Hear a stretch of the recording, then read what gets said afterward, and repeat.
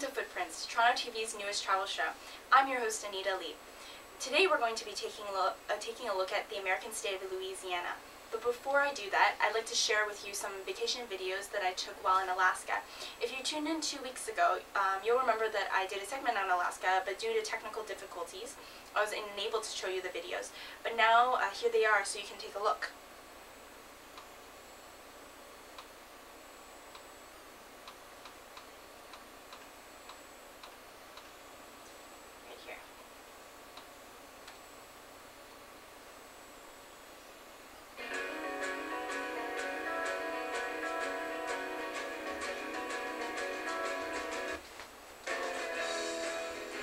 So this first video is of my sister and I on a bridge overlooking the Alaskan wilderness.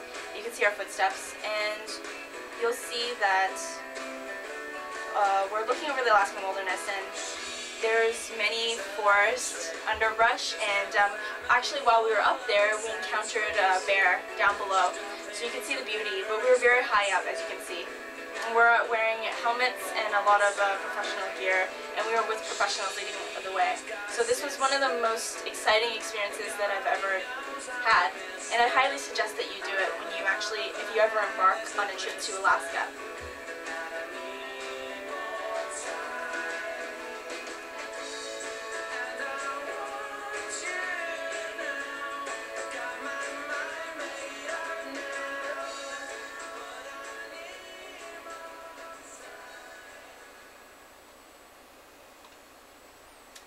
And the next video I will be sharing with you is this one, so please take a look. It's of my sister and I going on something called zipping through the Alaskan wilderness, and I'll explain a little bit about that after the video.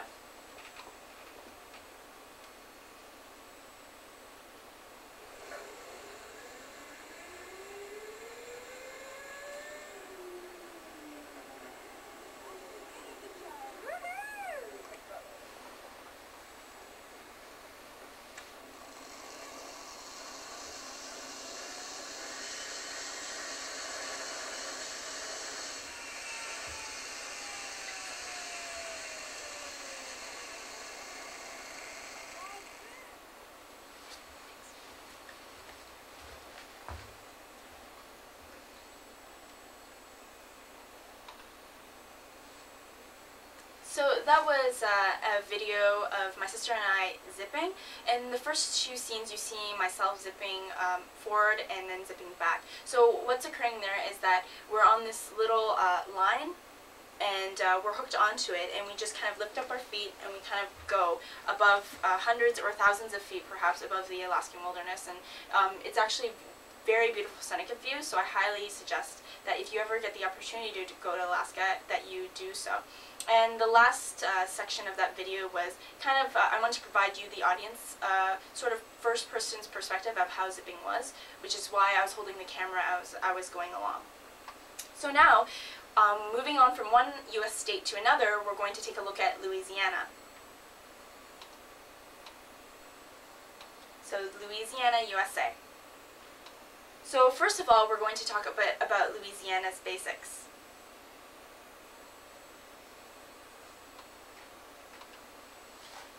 So, Louisiana is a southern state of the United States of America. It is bordered by Mississippi on the east, the Gulf of Mexico on the south, Texas on the west, and Arkansas on the north. Louisiana was named after Louis XIV, which is one of France's greatest and most powerful kings. So when René Robert Cavelier, Sieur de la Salle, claimed the territory drained by the Mississippi River for France, he named it La Louisiane, which means Land of Louis, named after Louis XIV.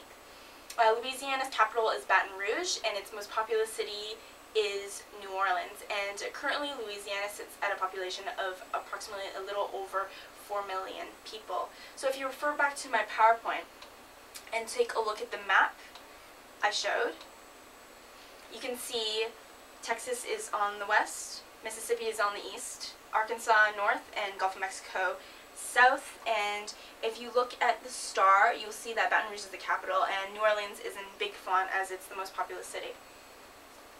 So moving on to a little bit of Louisiana's history, let me tell you a bit about the Hernando de Soto.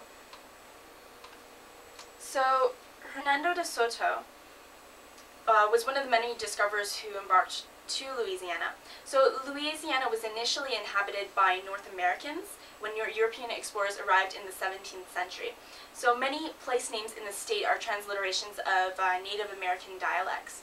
And the first European explorers to visit Louisiana came in 1528. The Spanish expedition located the mouth of the Mississippi River, and in 1541, Hernando de Soto, the photograph of the gentleman that you saw in my PowerPoint presentation, his expedition crossed the region, but eventually Spanish interest in Louisiana lay dormant, and less and less Spanish explorers traveled to the region. So if you refer to my PowerPoint, you will see a photo of Hernando de Soto, and he's one of the many Spanish explorers to discover Louisiana. So one of the next explorers is Napoleon Bonaparte, and I will be telling you a little bit about this. So in the late 17th century, French expeditions, which included sovereign, religious, and commercial aims, established a foothold on the Mississippi River and Gulf Coast. With its first settlements, France laid claim to a vast region of North America and set out to establish a commercial empire and French nation stretching from the Gulf of Mexico to Canada. So in 1800, France's Napoleon Bonaparte, the picture of whom you saw in my PowerPoint presentation, acquired Louisiana from Spain in the Treaty of San Ildefonso. Then in 1803, Bonaparte sold the territory to the United States in what is famously known as the Louisiana Purchase, which is divided Louisiana into two territories. First of all, the territory of New Orleans, which eventually became Louisiana and was admitted into the United States of America as the 18th state on April 30th, 1812. And the second territory was the District of Louisiana, which eventually would become Missouri. So this is a picture of Napoleon Bonaparte right here.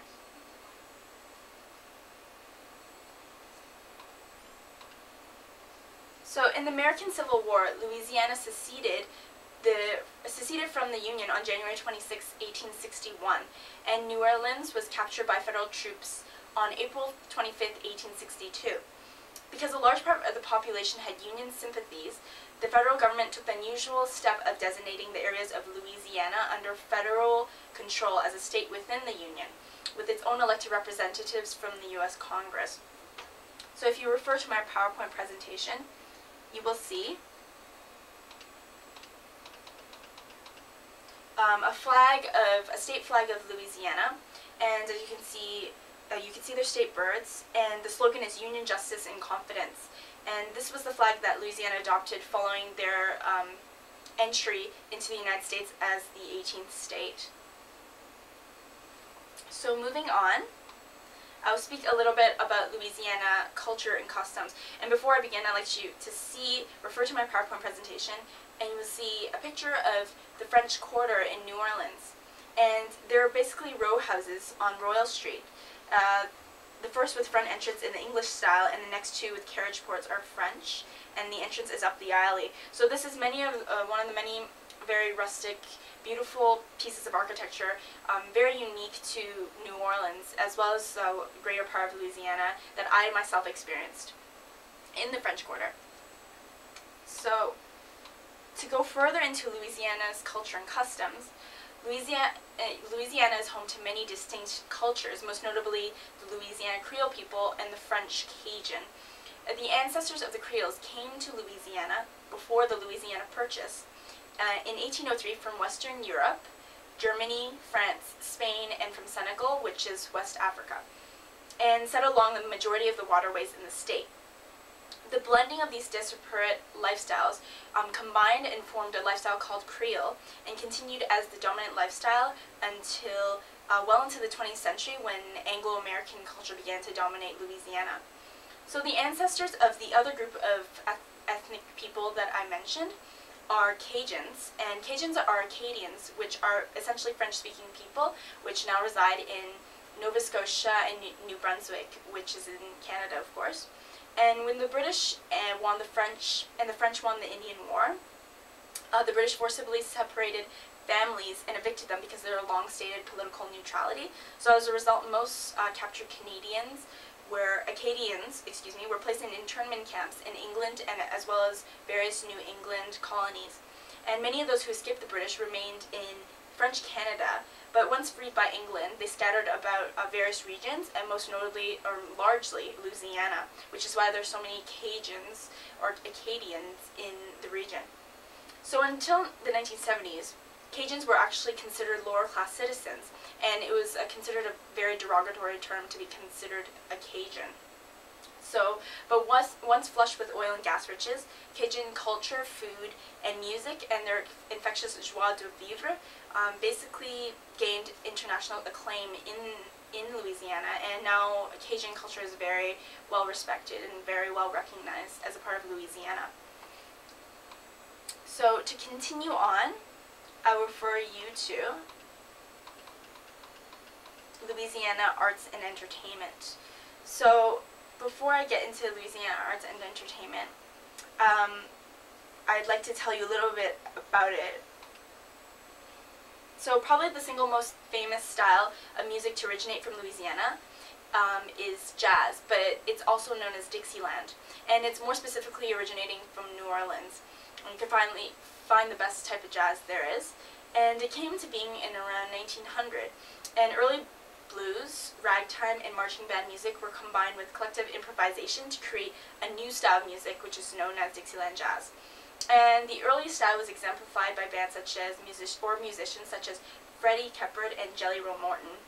And the next generation took a young art form into more daring and sophisticated directions, including Louis Armstrong, which is a name you may be very familiar with. So to demonstrate the type of Dixieland jazz I'm talking about, I'd like you to listen to a small clip of some Dixieland jazz, and that's called A La Bosse by Billy and Dee Dee Pierce.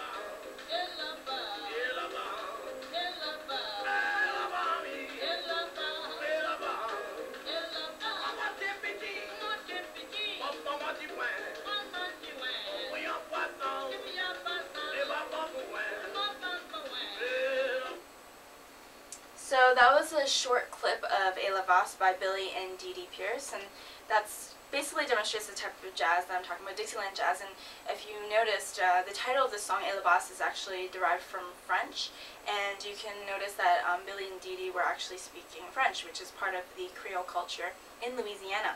So to talk a little bit more about Louisiana Arts and Entertainment, one of the most notable things about Louisiana is that they have crazy and very fun festivals, and one of their most famous festivals is a festival called Mardi Gras, or Fat Tuesday, which is largely famous in New Orleans.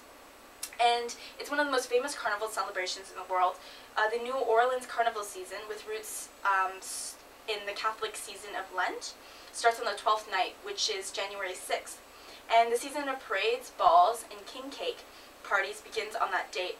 But from approximately 2 weeks before, through Fat Tuesday, there is at least one major parade each day. And the largest and most elaborate parades take place on the last 5 days of the season. In the final weeks of the carnival, many events, large and small, occur throughout New Orleans and the surrounding communities.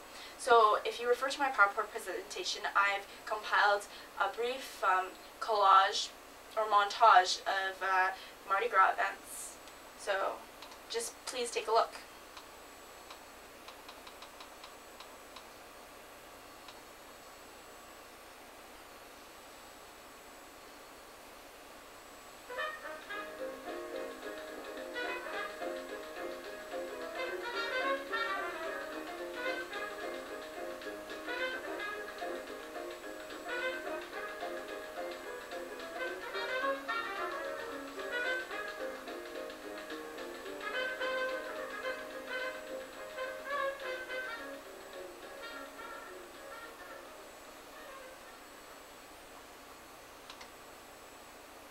So we're going to move on to Louisiana cuisine. Let me tell you a bit about it first, before I show you some pictures of the delicious food.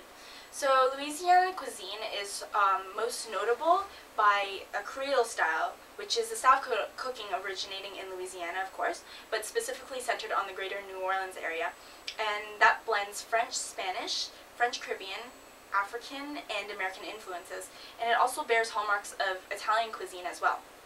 And it's vaguely familiar to Cajun cuisine in ingredients, but the important distinction between Cajun and Creole food is that Cajun cuisine arose from more rustic, provincial French cooking, adapted by Acadians to Louisiana ingredients, whereas the cooking of the Louisiana Creoles tended more towards classical European styles that adapted to local foodstuffs.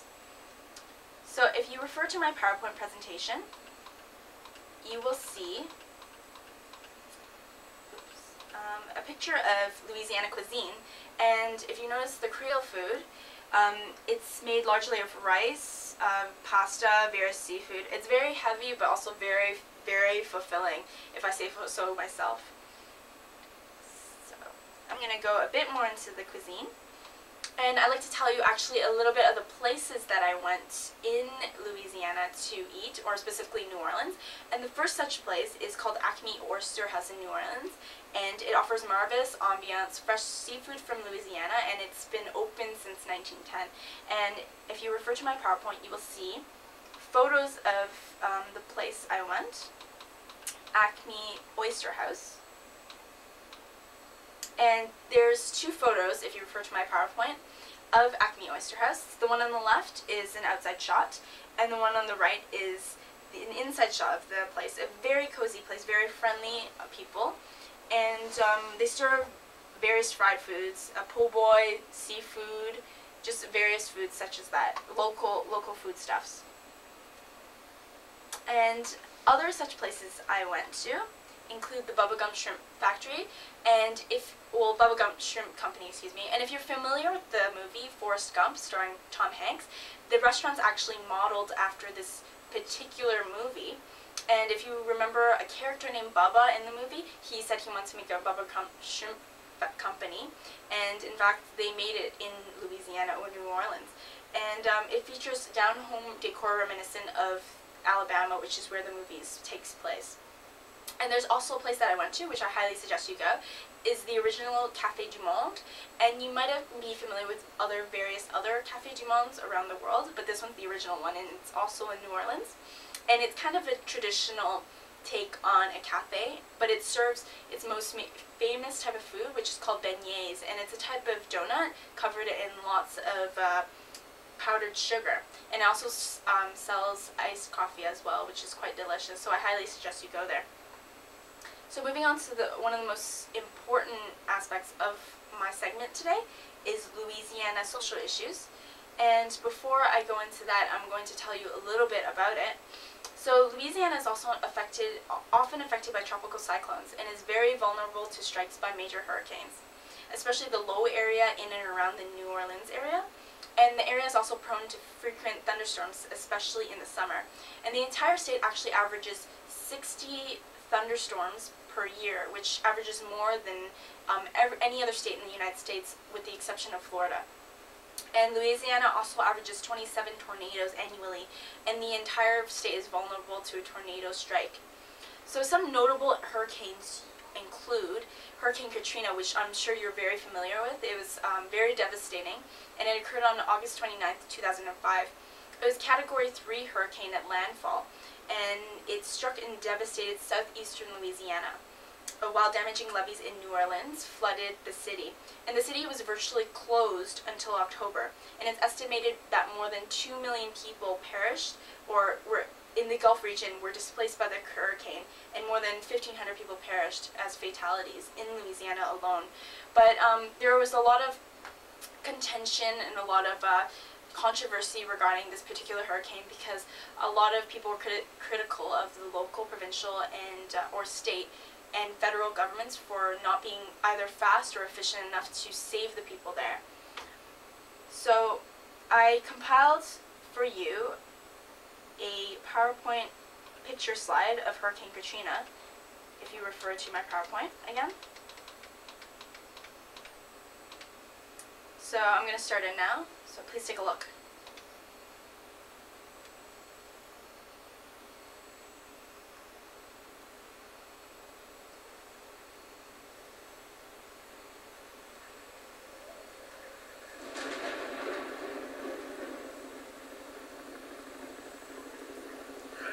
Here along the Gulf Coast is catastrophic. There's a frantic effort underway tonight to find survivors.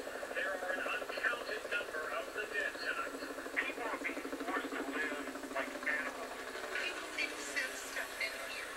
We are desperate. No one says the federal government is doing a good job.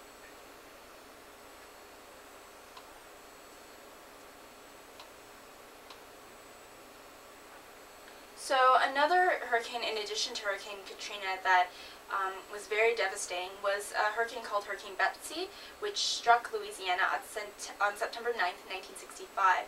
And it was Category 3 at landfall as well, and it came ashore in Louisiana, causing massive destruction, being the first hurricane in history to cause $1 billion in damage. And if you adjust that to account for inflation, that's actually over $10 billion US today. And the storm hit New Orleans particularly hard by flooding the city and pushing the death toll of the state to 76 people. Although that's not nearly the same amount as the 1,500 in Hurricane Katrina, that's still very devastating. So on that sad note, unfortunately, that concludes my segment for today. I hope you enjoyed watching the show, and please feel free to visit the sites that I've listed on my sources page. If you refer to my PowerPoint, you will see my various sources. The first one being Wikipedia, the Free Encyclopedia, and 4 to 40. So I'd like to thank the following people: my family and Joseph. And yeah, if you like to send me any comments, please send it to anita.y.lee@gmail.com. And I'd be more than willing to take any comments, any criticisms. I'm open to anything because I'm always open for improvement. And thank you for joining me. This is Footprints for TorontoTv. My name is Anita. I'm your host, and please join me for my next episode. Thank you very much. Good night.